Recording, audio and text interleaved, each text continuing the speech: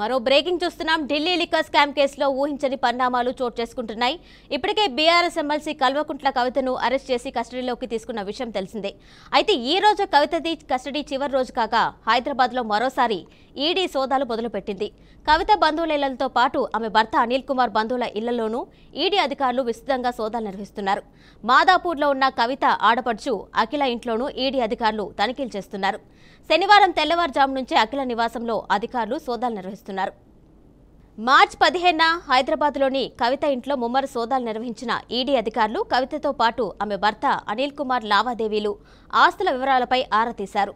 విచారణకు రావాలి అని కూడా నోటీసులు ఇవ్వగా ఆయన వెళ్లలేదు.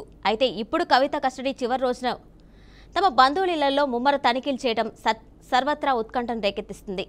అయితే కవిత నుంచి ఇప్పటికే సుమారు 16 మొబైల్ ఫోన్లు ఈడీ అధికారులు స్వాధీనం చేసుకున్నారు. ఆమె భర్త అనిల్తో పాటు పీఆర్ఓ రాజేష్, ముగ్గురు అసిస్టెంట్ల ఫోన్లను కూడా అధికారులు సీజ్ చేశారు.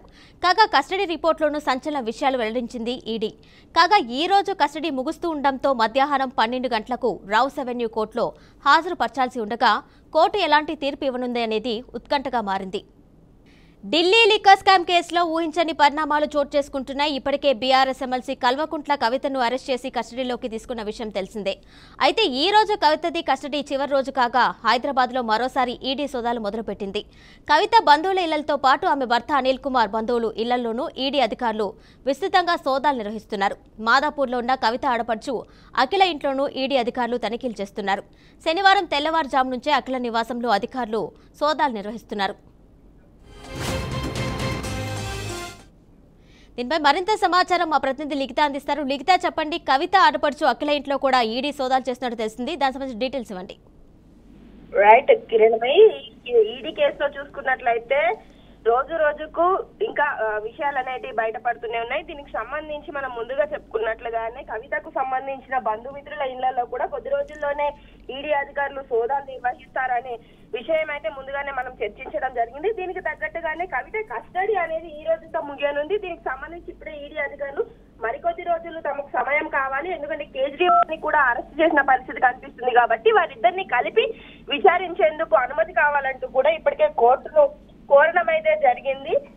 అయితే ఈ కేసులో కీలకంగా ఉన్న వారిద్దరూ అరెస్ట్ అయ్యారు. దానికి సంబంధించి ఎవరైతే ఈ కేసులో ఇంకా సహకరించిన వారు ఉన్నారో వారికి సంబంధించి కూడా చాలా వరకు విషయాలు బయటపడిన పరిస్థితి కనిపిస్తుంది. అందుకోసమే ఈ రోజు కవిత ఆడపడుచు ఇంట్లోనూ అలాగే ఇటు అనిల్ కుమార్ కు సంబంధించిన పలువురు సన్నిహితుల ఇళ్లలో కూడా ఈడీ సోదాలు అనేటివి కొనసాగుతున్న పరిస్థితి అయితే కనిపిస్తుంది. మరికొద్ది రోజుల్లోనైతే ఈ కేసుకు సంబంధించి పూర్తి ఆధారాలతోనైతే అందరి వివరాలను బయటపెట్టే అవకాశం ఉన్నట్లయితే ఈడీ చెప్తోంది.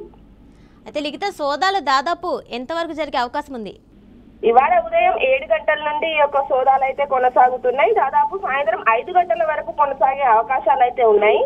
ఇప్పటికీ దీనికి సంబంధించి పలు కీలక పత్రాలకు సంబంధించిన డాక్యుమెంట్స్ అయితే ఈడీ ఇప్పటికే స్వాధీనం చేసుకోవడం జరిగింది. వాటికి సంబంధించి కొన్ని క్వశ్చన్స్ ని కూడా వారిని అడుగుతున్న పరిస్థితి అయితే కనిపిస్తున్నట్లుగా తెలుస్తోంది.